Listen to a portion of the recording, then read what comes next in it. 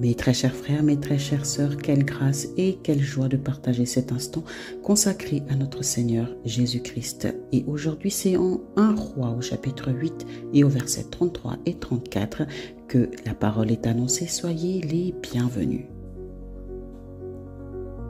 Quand ton peuple d'Israël sera battu par l'ennemi pour avoir péché contre toi, s'ils reviennent à toi et rendent gloire à ton nom, s'ils t'adressent des prières et des supplications dans cette maison, exauce-les des cieux, pardonne le péché de ton peuple d'Israël et ramène-les dans le pays que tu as donné à leur père. Cette prière est tirée du roi Salomon durant l'inauguration du temple de l'Éternel. Cependant, l'histoire qui suit confirme l'exaucement de cette prière bien des années plus tard. En 2 Chroniques, au chapitre 33, Manassé, fils d'Ézéchias, devient roi à 12 ans. Il fit ce qui est mal aux yeux de l'Éternel.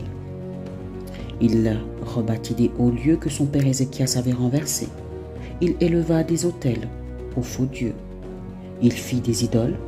Il s'adonna à la magie, à l'astrologie. Il établit des gens invoquant les esprits et prédisant l'avenir. Il bâtit des autels et plaça une image taillée de l'idole qu'il avait faite dans la maison de Dieu.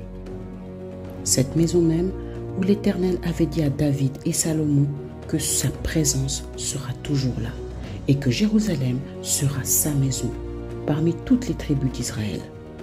L'Éternel avait promis de ne plus faire sortir le peuple du pays à condition qu'il respecte les commandements et les lois établies par Moïse.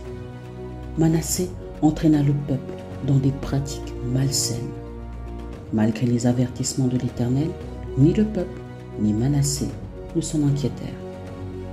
Alors Dieu fit venir les chefs de l'armée du roi d'Assyrie, qu'ils le saisirent, le lièrent avec des chaînes de bronze et l'emmenèrent à Babylone. Manassé, dans sa détresse, s'humilia profondément devant Dieu, et il fit de nombreuses prières et des supplications. Et l'Éternel fléchit. Il l'exauça et le ramena à Jérusalem. C'est de là que Manassé reconnut que l'Éternel est Dieu. Mes bien-aimés, cette histoire nous révèle la force d'une prière. Salomon, par ce vœu, a déclaré une protection sur son peuple et a déclenché une délivrance sur sa propre descendance.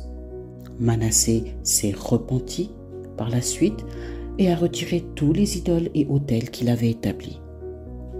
Mais bienheureux, déclarons de nos bouches sur nos futures générations et sur nous-mêmes protection, délivrance et bénédiction dans nos vies. Dans le nom puissant de notre Seigneur Jésus-Christ, soyez bénis.